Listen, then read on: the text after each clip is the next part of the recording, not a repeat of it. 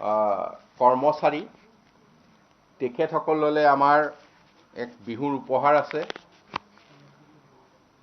একেবাৰে ৰাজ্য চৰকাৰৰ সকলো কৰ্মচাৰী IAS অফিচাৰৰ পৰা ধৰি চতুৰ্থ বৰ্গৰ কৰ্মচাৰীলৈকে আৰু পেঞ্চনাৰসকল আৰু পৰিয়ালৰ যিসকলে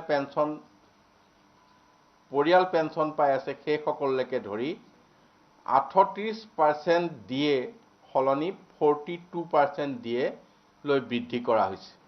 4% দিয়ে বৃদ্ধি কৰা হৈছে আৰু ভাৰতবৰ্ষৰ ভিতৰত এখন প্ৰথম ৰাজ্য অসম, যি ৰাজ্যখনে এই দিয়ে প্ৰথম ৰাজ্য মানে ভাৰতবৰ্ষৰ ভিতৰত প্ৰথম দিবলৈ সক্ষম হৈছে। সেইখন ৰাজ্য হৈছে অসম।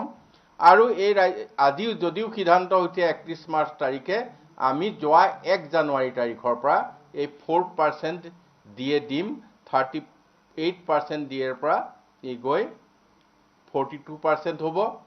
আৰু সেইটোৱে নহয়, আমি লগত এই 3 মাহৰ এৰিয়াৰ দিম, যাতে বিহুত তেখেতসকলে এয়া উপহাৰ হিচাপে গ্ৰহণ কৰিব পাৰে।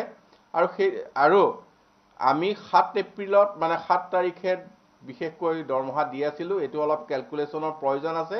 গতিকে বিহুৰ আগতে 10 তাৰিখে সকলোৱে এইবাৰ দৰমহা পাব। 10 তাৰিখৰ দিনটোত ৰাজ্য চৰকাৰে সকলোৰে বাবে দৰমহা, পেঞ্চন আৰু যিখিনি প্ৰাপ্য সেইখিনি 3 মাহৰ এৰিয়াৰ সহ তেখেতসকলক মোকলাই দিব।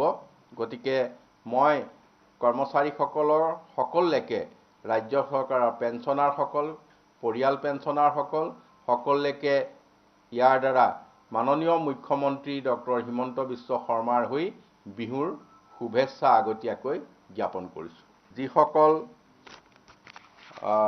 কৰ্মচাৰী তেখেতসকললৈ আমাৰ এক বিহুৰ উপহাৰ আছে। একেবাৰে ৰাজ্য চৰকাৰৰ সকলো কৰ্মচাৰী IAS অফিচাৰৰ পৰা ধৰি চতুৰ্থ বৰ্গৰ কৰ্মচাৰীলৈকে আৰু পেঞ্চনাৰসকল আৰু পৰিয়ালৰ যিসকলে পৰিয়াল পেঞ্চন পাই আছে সেইসকললৈকে ধৰি 38% দিয়ে সলনি 42% দিয়ে লৈ বৃদ্ধি কৰা হৈছে। 4% দিয়ে বৃদ্ধি কৰা হৈছে আৰু ভাৰতবৰ্ষৰ ভিতৰত এখন প্ৰথম ৰাজ্য অসম, যি ৰাজ্যখনে এই দিয়ে প্ৰথম ৰাজ্য মানে ভাৰতবৰ্ষৰ ভিতৰত প্ৰথম দিবলৈ সক্ষম হৈছে। সেইখন ৰাজ্য হৈছে অসম। আৰু এই আজি যদিও সিদ্ধান্ত হৈছে 31 মাৰ্চ তাৰিখে, আমি যোৱা 1 জানুৱাৰী তাৰিখৰ পৰা এই 4% দিয়ে দিম। 38% দিয়েৰ পৰা ই গৈ 42% হ'ব।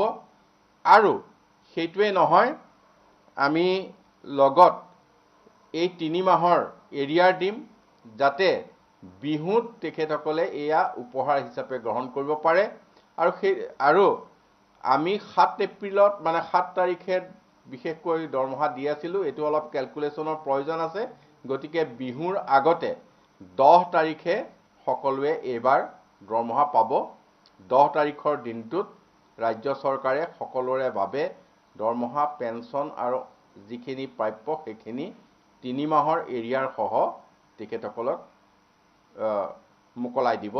গতিকে মই কৰ্মচাৰীসকলৰ সকললৈকে, ৰাজ্য চৰকাৰৰ পেঞ্চনাৰসকল, পৰিয়াল পেঞ্চনাৰসকল সকললৈকে ইয়াৰ দ্বাৰা মাননীয় মুখ্যমন্ত্ৰী ডক্টৰ হিমন্ত বিশ্ব শৰ্মাৰ হৈ বিহুৰ শুভেচ্ছা আগতীয়াকৈ জ্ঞাপন কৰিছোঁ।